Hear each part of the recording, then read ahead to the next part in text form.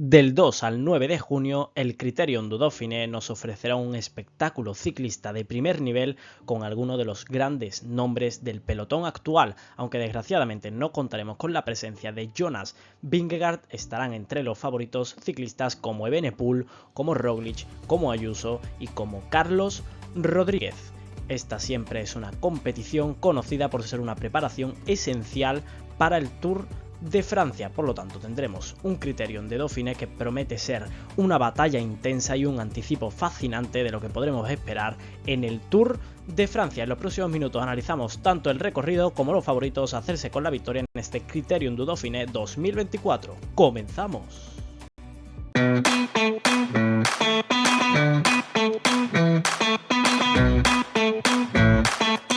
Pues comenzamos analizando el recorrido. La primera etapa tendrá un recorrido de 172,5 kilómetros con salida en Saint-Pourçain-sur-Souil y la llegada en la misma localidad, es decir, se recorrerán los alrededores subiendo dos puertos de tercera categoría y un puerto de cuarta categoría, aunque es cierto que estos tres puertos se acumulan, es decir, estos metros de desnivel positivo se acumulan en el primer tercio de la etapa, por lo tanto los dos últimos tercios serán prácticamente llanos y el primer líder del Critérium du Dauphiné debería decidirse después de un sprint masivo. En cuanto a la segunda etapa de este Critérium será bastante corta, 142 kilómetros y con un perfil realmente interesante, un final que veremos en alto, pero no quizás uno en el que veamos a los favoritos en cabeza. En la primera mitad de la etapa todavía tendremos alguna subida de segunda y tercera categoría, luego es verdad que sí que tenemos ya un recorrido mucho más llano hasta esos últimos 25 kilómetros de la subida al Col de la Loche. Es una subida que tiene varias partes, los más duros son los primeros 7,4 kilómetros con una media del 5,7%. A partir de ahí 6 kilómetros prácticamente llanos. Comienza la segunda parte, que es la que estamos viendo en el perfil, es decir, la Col de la Croix-Ladret, que son 3,3 kilómetros al 5,7% de media, y a partir de ahí la última parte será 2,5 kilómetros a una media del 4%. No son pendientes en las que los escaladores puedan marcar la diferencia. En su lugar es posible que veamos quizás un ataque tardío en el que una victoria sea para un sprint de un pequeño grupo de ciclistas. Etapa muy interesante. Vamos ya con la tercera etapa de este Critérium, 181,7 kilómetros, un recorrido ya algo más largo en el que tendremos 5 puertos de montaña categorizados. Tendremos un puerto de segunda, 2 de tercera y 2 de cuarta.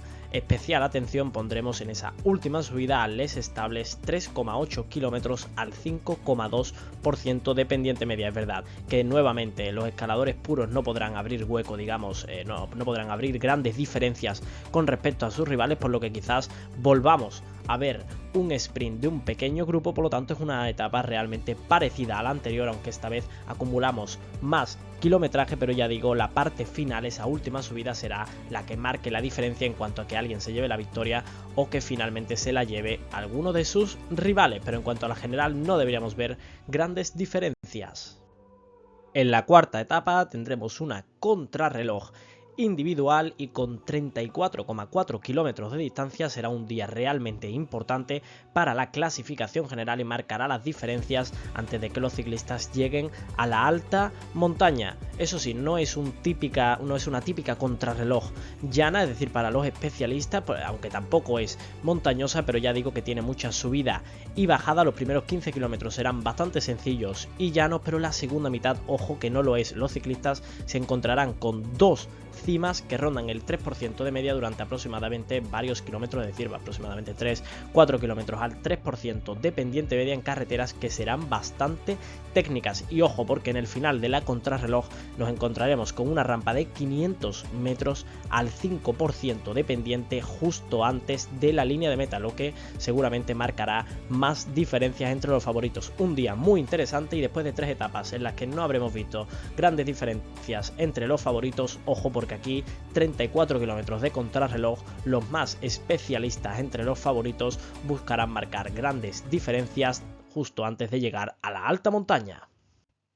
La etapa 5 tendrá un total de 167 kilómetros, aunque al principio estaban previstos casi 200, la salida en Amplepuy y la llegada a Saint-Priest. Tendremos 4 puertos categorizados, 2 de cuarta categoría, uno de tercera y otro de segunda, aunque es verdad que ese último de cuarta categoría, 1,8 kilómetros al 5,1%, que se encuentra a aproximadamente 23 kilómetros de la línea de meta, es el que puede marcar la diferencia de cara a la victoria de etapa. Una etapa bastante llana, es decir, solo tiene 4 puertos y no son muy duros. El final debería ser para los velocistas, pero ojo con ese último puerto de cuarta categoría, porque le puede servir a la escapada, o incluso para una escapada tardía podría ser el detonante de cara a luchar por la victoria, y que al final la victoria no se decidiera al sprint, como es lo que parece ahora mismo.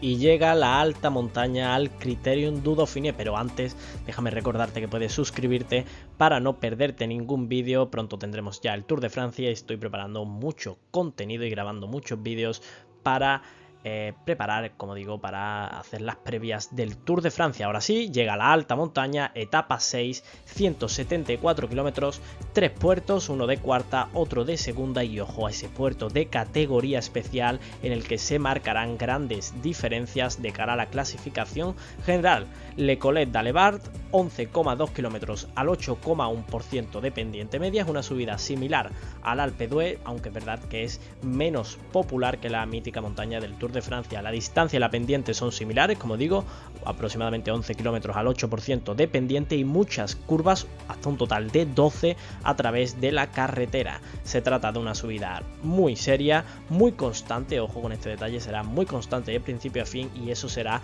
lo que haga marcar grandes diferencias en la general. Si hay un ciclista que está muy por encima o hay alguno que está muy por debajo, ojo, porque aquí se pueden marcar grandes diferencias de cara a llevarse la victoria en la clasificación general. Y llegamos a la que parece ser la etapa reina de este Critérium du Dauphiné, 155 kilómetros, una etapa digna de un final de una gran vuelta como pudiera ser el Tour de Francia. Además se adapta a esa tendencia moderna del Tour de Francia de hacer etapas cortas. Tenemos un total de 155 kilómetros, 4 puertos de montaña, el primero de primera, luego tendremos otro de primera, luego otro también de primera categoría, ojo, puertos muy largos, el último 13,9 kilómetros al 7,1, y justo después llegará, después del técnico descenso de ese último puerto de primera, llegará esa subida al Samoëns, esa subida que será sin duda la más dura de esta etapa, 10 kilómetros al 8,8% de pendiente media, una subida muy constante que es bastante brutal. Veremos que no hay calentamiento prácticamente, las pendientes desde la base ya las tendremos al 10% de pendiente y se mantendrán durante toda la subida. La verdad que será otra montaña, otra subida en la que se marcarán grandes diferencias en la clasificación general, y si hay alguien que está muy por encima del resto, creo que aquí ya sí que tendrá decidido el Dauphiné de cara a la última etapa.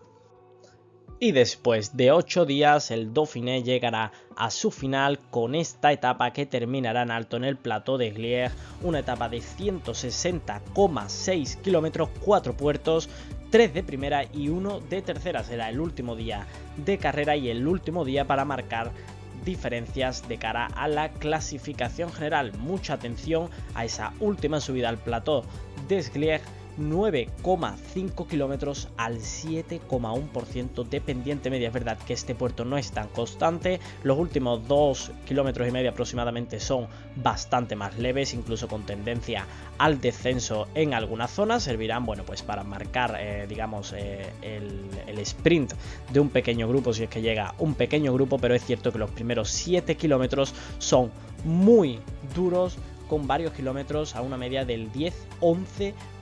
Volveremos a ver diferencias, y si hay algunos ciclistas peleando por el podium, este será el día, este último día será en el que veamos diferencias de cara al podium y, ojo, quizás de cara a la victoria en la clasificación general. ¿Quiénes son los favoritos a hacerse con el Dauphiné? Pasamos a verlo ahora.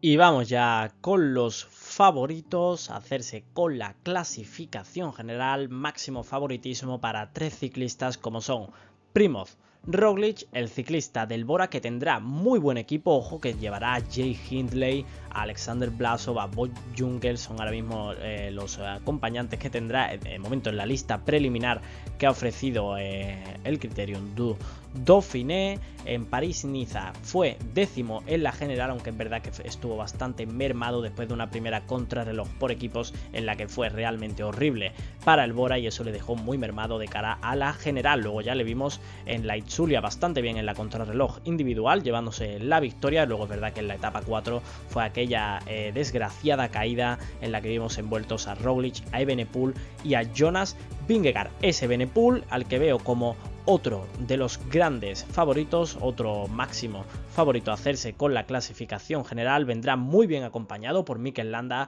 por Ilan Van Wilder, sobre todo pensando en la clasificación general, digamos en la alta montaña es importante estar bien acompañado. Le vimos muy bien en la Figueira Champions Classic, donde se llevó la victoria, era el máximo favorito, también ganó la Vuelta al Algarve, fue segundo en la París-Niza y hasta después ya esa caída que comentábamos en la Itzulia. Otro de los máximos favoritos será sin duda Juan Ayuso, muy bien acompañado también por Marc Soler, por Tim Wellens, por ciclistas con nuevo fichaje como Pavel Sivakov, un Juan Ayuso que está realizando una temporada, bueno, bastante decente.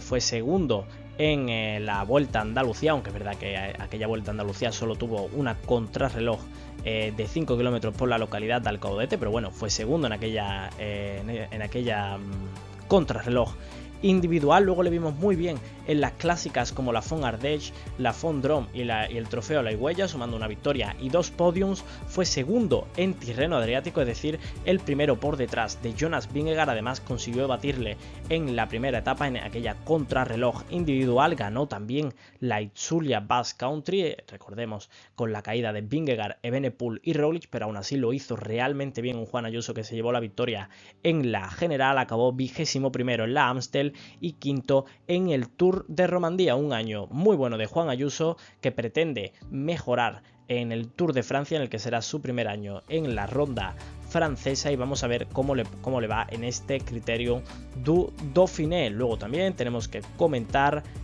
la participación de Antonio Tiberi, que viene de hacer un Giro de Italia muy bueno, era de los jóvenes que pretendían asaltar el podium en Roma. Al final ha acabado muy bien metido dentro del top 5, ha acabado en quinta posición un Antonio Tiberi que se presenta en este Dauphiné como uno de los grandes favoritos. También Sepp Kuss no está realizando quizás una buena temporada, fue octavo en el Algarve, fue 13º en Cataluña y acabó el 41 en la Itzulia. No está siendo una buena temporada. Sepp Kuss con el firme objetivo de volver a ganar la Vuelta a España ya en el mes de agosto y septiembre, pero bueno, tiene que seguir probándose y sobre todo será uno de los grandes compañeros de Jonas Vingegaard en la alta montaña del Tour de Francia. Por lo tanto, este Dauphiné le servirá para seguir probándose. En cuanto a Carlos Rodríguez, otro de los máximos favoritos, le doy 2 estrellas. No estuvo bien en la París-Niza, no estuvo bien en Gran Camino, aunque sí es verdad que a partir de ahí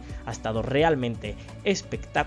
Ganó etapa en la Itzulia y fue segundo en la general, y también ganó la general del Tour de Romandía. Por lo tanto, una temporada que empezó mal para Carlos Rodríguez, a partir de ahí está haciendo muy buenos resultados en las vueltas por etapas. En cuanto a David Gaudu, le doy 1 estrella, no lo vimos muy bien en Gran Camino. En París-Niza tuvo que abandonar en la última etapa, ganando, se ha llevado algunas victorias en clásicas francesas como en el Tour du Jura y fue el 14 en el Tour de Romandía. No está siendo una buena temporada, pero confiamos en él de cara a la clasificación general, por eso le doy 1 estrella. Giulio Ciccone que no pudo participar por lesión en el Giro de Italia, pero que creo que puede ser un ciclista no solo aquí en el Dauphiné, sino de cara a toda la temporada. Creo que Giulio Ciccone va a tener una buena temporada. En Romandía acabó el 35 y en la clásica Esborn-Frankfurt el número 36, aunque no es una carrera muy adaptada a la alta montaña como quizás le viene mejor a Giulio Ciccone. 1 estrella por último para Félix Gall, que ya lo vimos muy bien en el Tour de Francia del año pasado, del 2023, y vamos a ver cómo lo hace en este Dauphiné, ya pensando también en el Tour de Francia 2024. Luego, ciclistas que se puedan llevar la victoria en alguna etapa. Mads Pedersen sin duda será el favorito para las etapas al sprint, ojo también con Sam Bennett. También Tobias Halland Johannessen será un ciclista que creo que se puede llevar alguna victoria de etapa. Lo vimos muy bien en el Tour de Francia del año pasado y creo que este año tanto en el Dauphiné como en el Tour de Francia lo puede hacer realmente bien y llevarse alguna victoria de etapa, aunque quizás no descartemos que pelee por la general, una estrella por último, o quizás esa opción de llevarse la victoria de etapa también podría ser para Pavel Sivakov, el nuevo refuerzo del UAE, que aunque es cierto que estará acompañando en la alta montaña a Juan Ayuso, puede ser uno de los grandes favoritos para llevarse alguna de las victorias de etapa en la alta montaña. Por mi parte, dejo el vídeo por aquí, pero déjame recordarte que puedes suscribirte para no perderte ningún vídeo. Se acerca el Tour de Francia y ahora vamos a estar preparando mucho contenido sobre la ronda francesa, así que suscríbete, deja un fuerte like y dime también en comentarios quién crees que es el máximo favorito para ganar la general de este Criterium du Dauphiné 2024. Nos vemos en el próximo vídeo.